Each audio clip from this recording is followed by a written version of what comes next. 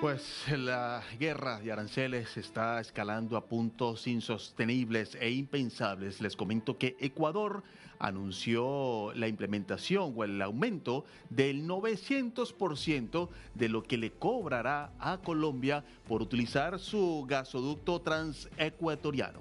Vamos a conectarnos a Ecuador con mi compañero César García Vélez. Él se encuentra en Quito para que nos explique esta nueva medida de ese país. César, buenas tardes, bienvenido.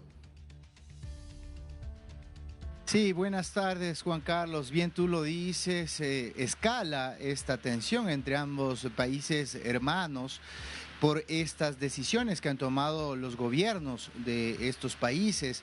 En relación a lo que tú mencionas, lo último es que el pasado día viernes, de acuerdo a lo que ha dicho la ministra de Energía, Inés Manzano, ecuatoriana, se incrementó, como tú señalas, en un 900% esta tasa que venía cobrando Ecuador a Colombia por utilizar uno de sus gasoductos.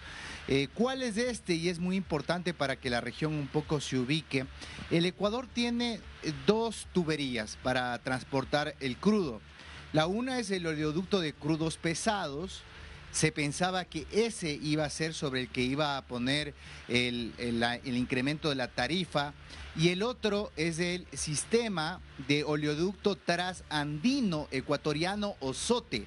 Sobre este oleoducto es el cual se ha impuesto este incremento del arancel, que va a ser ya no de $3 por cada barril de petróleo, sino de $300 por cada barril de petróleo.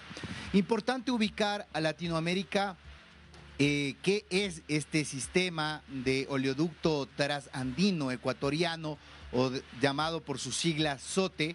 Este viene y recorre desde el Lago Agrio, que es frontera con Colombia, 500 kilómetros, y pasa por tres regiones: la región amazónica, la sierra ecuatoriana, posteriormente la costa ecuatoriana, hasta llegar al terminal de Balao en la provincia de Esmeraldas, en donde está el Océano Pacífico y en donde pues sale todo este crudo. Colombia venía utilizando desde el año 2011, cuando se suscribió el último acuerdo, este oleoducto, porque le es mucho más barato transportarlo por esta zona que transportarlo por su oleoducto transandino. Colombia claramente es un país geográficamente mucho más grande y por ello pues le era mucho más conveniente. Pero, ¿cuál es el pero en este asunto? Y lo que argumenta el Ecuador es que es un servicio estratégico el que el Ecuador le proporciona a Colombia, y que por el contrario hay muchas amenazas en esa zona fronteriza y Ecuador cuida esa zona. Hay pinchazos, incluso hay narcotraficantes que hacen agujeros en esta tubería y sacan ese crudo y pues todos los derivados para luego procesar cocaína. Este es básicamente el argumento que ha presentado Ecuador para incrementar esta tarifa. De voz de la ministra Inés Manzano, escuchamos los detalles. Ellos no tienen el crudo porque ese sector de Colombia es un sector donde hay actividades ilícitas, donde ellos han tenido N cantidad de atentados, y obviamente lo que hacíamos nosotros era apoyarlos para que ellos saquen su crudo, y obviamente llegaba hasta el puerto de Esmeraldas. Y realmente ese es un activo estratégico del Ecuador. Se opera con la mayor transparencia, y se le hemos dicho, ya salió la resolución del ARCH el día jueves o viernes, creo que el viernes salió, donde de pagar $3 más o menos por pasar por el SOTE, se subió a $30. Creo que es una tarifa que para los usuarios extranjeros es un servicio también sujeto a la disponibilidad, a la oportunidad. Pues la ministra claramente lo dice, de 3 a $30, y no solamente eso, César, sino que además dice que depende de la disponibilidad que tenga el sistema. O sea, está como casi cuesta arriba el tema del uso para Colombia, ¿no? Claro que sí, y no solo se trata, cuando deje entre paréntesis esa disponibilidad, usa los mismos términos que usó Colombia para eliminar la exportación de energía. Colombia dijo, bueno, viene el fenómeno del Niño, hay peligro ahora del abastecimiento a nuestra población, no les vamos a vender a los ecuatorianos. Y claramente hay un trasfondo político. De hecho, esto está descifrado en las palabras de ambos presidentes y de sus ministros. Por ejemplo, pasemos a revisar un tuit que acabó de publicar el presidente Daniel Noboa, nuevamente refiriéndose a Colombia. El presidente en su red social X dice lo siguiente: la evidencia que tenemos confirma el carácter regional del narcotráfico que hoy opera desde territorios vecinos. Para el Ecuador, esto ha sido una lucha incansable y hoy tenemos a alias Pipo, este es el líder de los Lobos, Fénix y Biche tras las rejas, todos con identidad colombiana y con nexos en ese país.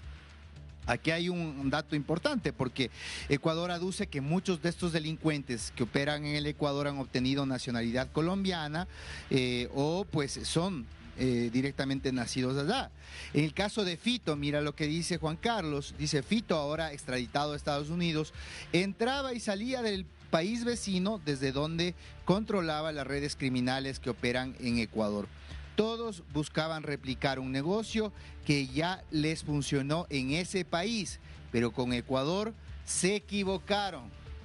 Ahí está las declaraciones del mandatario ecuatoriano, que claramente pues terminan siendo ingredientes que no contribuyen en nada a lograr una salida a esta situación que está viviendo Ecuador y que supuestamente va a entrar en vigencia desde el 1 de febrero, el arancel, esta tasa de seguridad del 30% sobre los productos.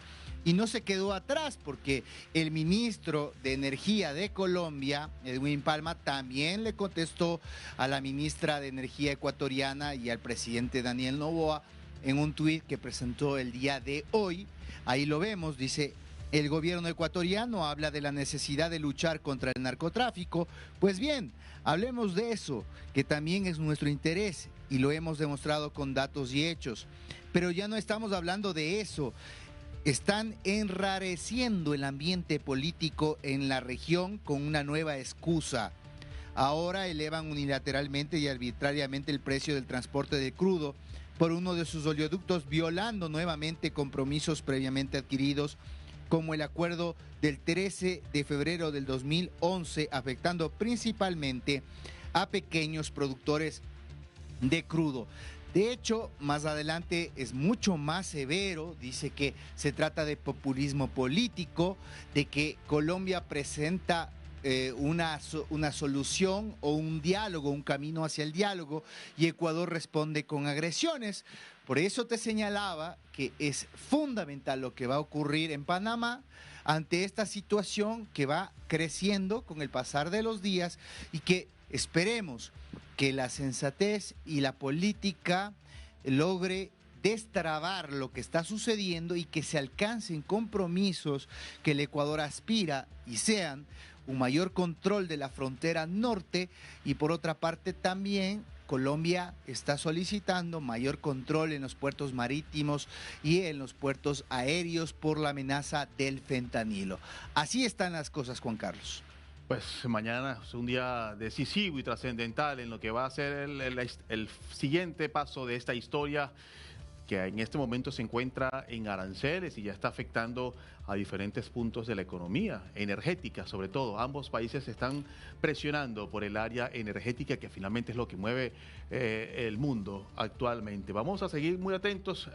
Un punto, leyendo aquí mientras tú nos dabas la información, la propia ministra Manzano dijo que esta medida del oleoducto es una medida de reciprocidad, como tú lo decías anteriormente, utilizando las mismas palabras, dependiendo de la disponibilidad que tengamos para utilizar nuestro oleoducto, que tienen todo el derecho. César, vamos a regresar contigo más adelante para seguir ahondando este y otros temas que se están dando en Ecuador en este mismo momento y que nos tienen tan enfocados a toda América Latina, porque mañana Ecuador y Colombia se van a ver cara a cara en Panamá y seguramente todos estaremos muy atentos. Nos va a afectar a todos en nuestro continente. Así es, nos vemos más adelante, Juan Carlos, con más información.